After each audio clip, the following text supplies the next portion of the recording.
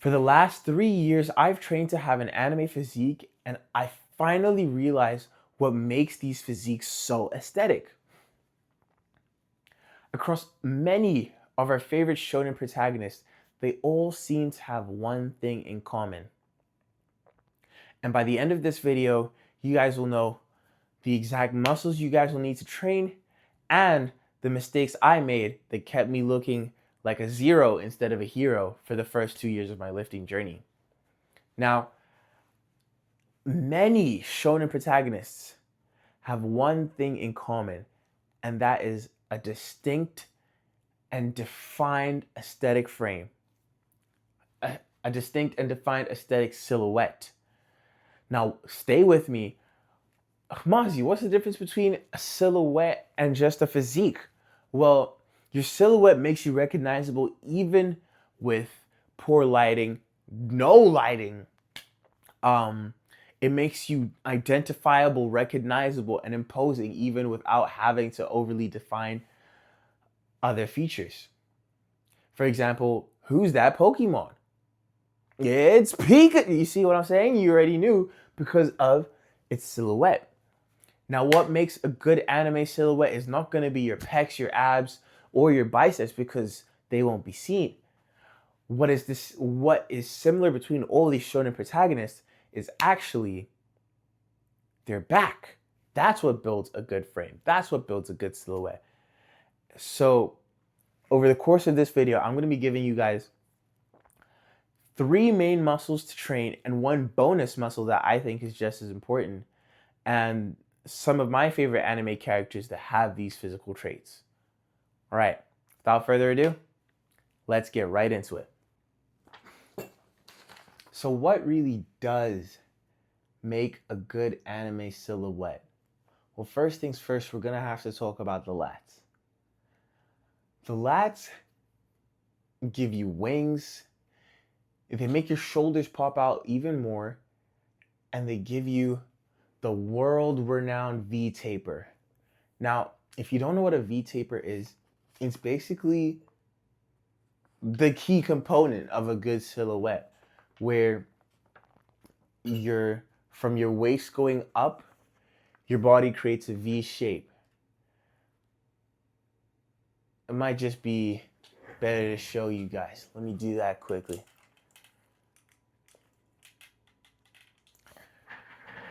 A V-taper looks a little something like this. Having your lats pop out of your physique to make that V shape with your waist.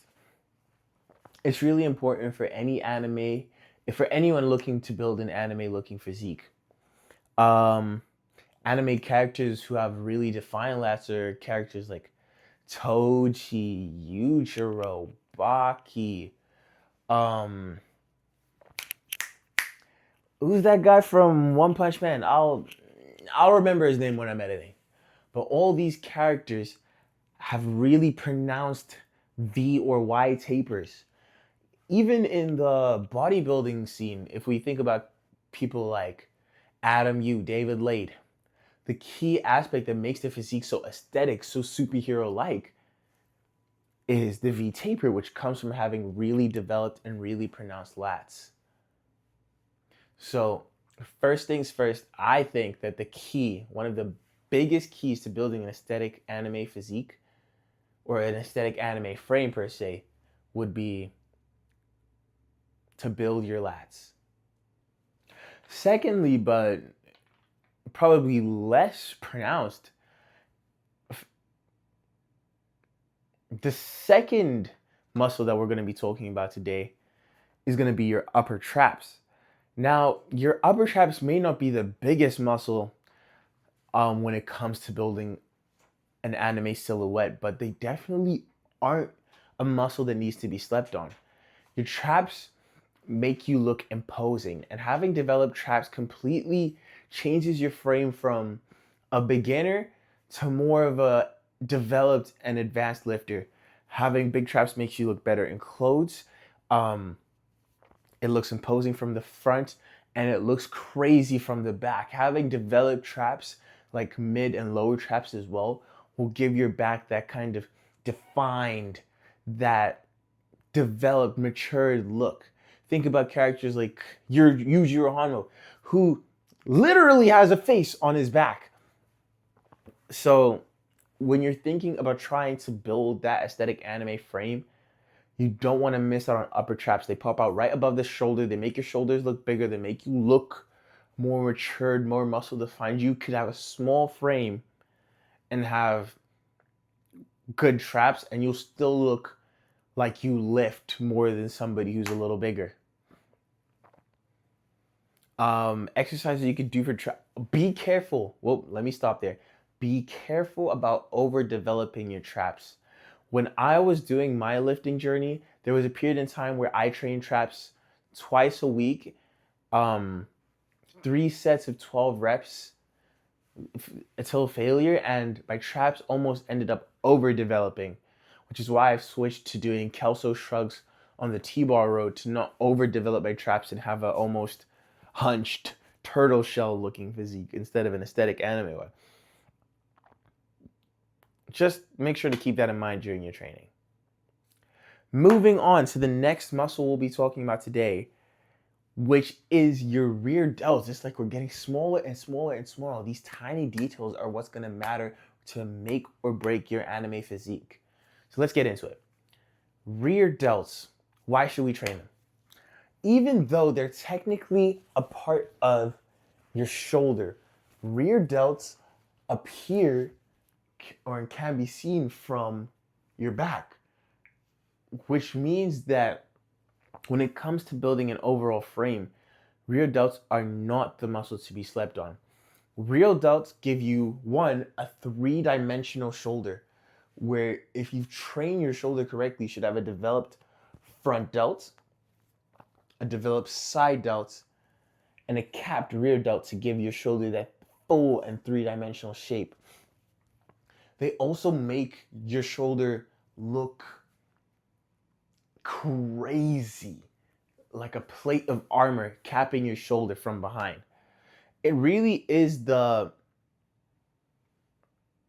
key thing most lifters look for when trying to tell whether a lifter is truly experienced or not. You can really tell by how often they train their rear delts, because it's not something many beginners, even intermediates, take very seriously across their lifting journeys.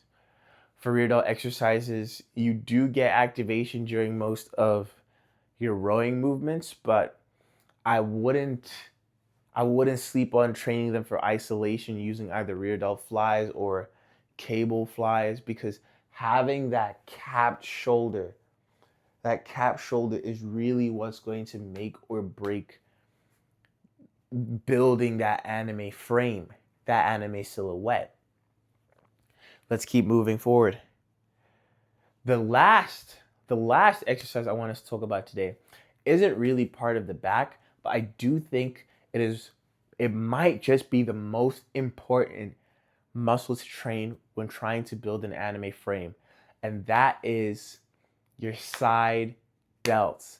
Now, while your side delts aren't necessarily part of your back, or aren't necessarily part of what makes the brunt of your frame, they are the creme de la creme that accentuates all these other things we've talked about. If you've got big lats and you're trying to build if you're trying to build a V taper, having developed shoulders is going to flow that shape. It's going to follow the shape up into your shoulder, making your body look wider, your frame look bigger. You're going to be frame mugging ASU frat leaders with overdeveloped shoulders. Now, my shoulders, unfortunately, aren't overly developed. They are pretty good, but there's still so much room for improvement. Even in a silhouette, you can just tell a character is good or is strong by having broad, dependable shoulders. In fact, across anime, I think that almost every character has really overly developed side delts, so much so that we might not even realize how developed their delts are compared to normal human beings. This is why when we look at anime physiques versus like real life physiques, we always feel like there's this big gap, there's this noticeable difference, and it's all in the minor details, all in these aesthetics. So if you guys can get this right, make sure you train your side delts. They can take up a lot of volume. So don't be afraid to spam them out. Make sure that you get your form right and that you're getting the good stretch on both the eccentric and the decentric. And soon, you'll have an anime physique of your own. Now, with all that being said, these muscle groups aren't necessarily the end all be all. There are definitely other aspects that keep a frame aesthetic and keep a frame anime aesthetic. For example, larger arms, defined biceps, maybe even good forearms. You ever seen a protagonist with skinny forearms? Don't quote me on that. But yeah, without further ado, that's going to be it for this video, guys. I hope you enjoyed. If you did, make sure to like and subscribe, and I'll see you guys in the next one. Peace.